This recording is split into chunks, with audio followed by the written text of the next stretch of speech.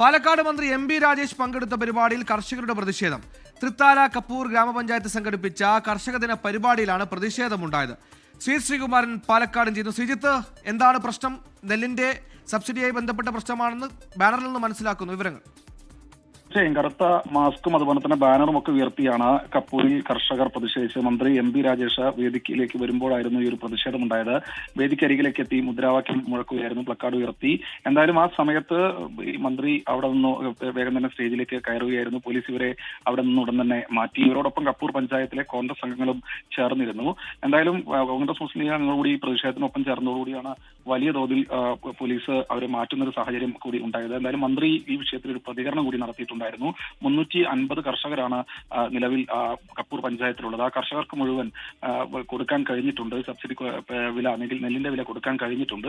8 പേരുടെ കാര്യത്തിൽ ചില സാങ്കേതിക തടസ്സങ്ങളുണ്ട്, അതുകൊണ്ട് മാത്രമാണ് കൊടുക്കാത്തത്.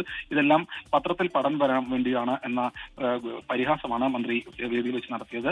എന്തായാലും പരിപാടി കഴിഞ്ഞു. അറസ്റ്റ് അടക്കമുള്ള മറ്റു നടപടികളിലേക്ക് കടന്നിട്ടില്ല എന്നാണ് മനസ്സിലാക്കുന്നത്. പ്രതിഷേധം മന്ത്രി എം.ബി. രാജേഷിനെതിരെ ഉണ്ടായി. എന്തായാലും ഈ വിഷയവുമായി ബന്ധപ്പെട്ട് മന്ത്രി എം.ബി. രാജേഷിന് ഒരു പ്രതികരണം കൂടി വരുന്നുണ്ട്. ആ പ്രതികരണത്തിലേക്ക്.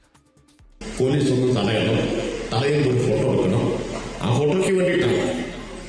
അതൊക്കെ രാഷ്ട്രീയ പ്രവർത്തനത്തിന്റെ ഭാഗമാണ് എന്ന് ഞാൻ കാണുന്നത്. അത് പരാതിയില്ല. പക്ഷെ വസ്തുതയായിട്ട് നമ്മൾ പറയണല്ലോ. ഇവിടുത്തെ നെൽകൃഷിക്കാരുടെ എണ്ണം 380. എത്ര പേർക്ക് നെല്ലെടുത്തതിന്റെ താഴ്വില കൊടുത്തു? 372 പേർക്ക്. ഏതായാലും പ്രതിഷേധമൊക്കെ വന്നു, ഇങ്ങനെ ഒരു പ്രചരണമൊക്കെ വരുന്നു. ആളുകളുടെ ഇടയിൽ ഉണ്ടാകുന്ന ഒരു പ്രതീതി എന്താണെന്ന് വെച്ചാൽ നെല്ലെടുത്തു ഒരാൾക്കും കാശ് കിട്ടിയിട്ടില്ല എന്നുള്ളതാണ്.